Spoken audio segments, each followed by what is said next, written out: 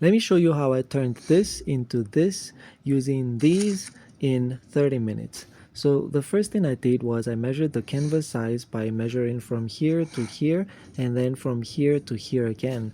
Once I had the canvas size, I had to make sure that I add the size of the thin wood pieces as well, the width of it, so that I can make sure that the wood can be added and cut together.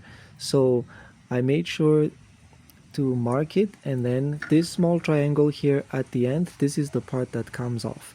So I went ahead and started chopping them off after I measured, and this is on both sides, so you cut it on both sides. That's why it's times 2. Then I just went ahead and cut them into all of the new or the right lengths, and once I've cut them in the right lengths, I just had to then take each one and put a little bit of glue at the back, and this glue is working really well. I recommend it. It's called Stick Like Shit or Sticks Like Shit.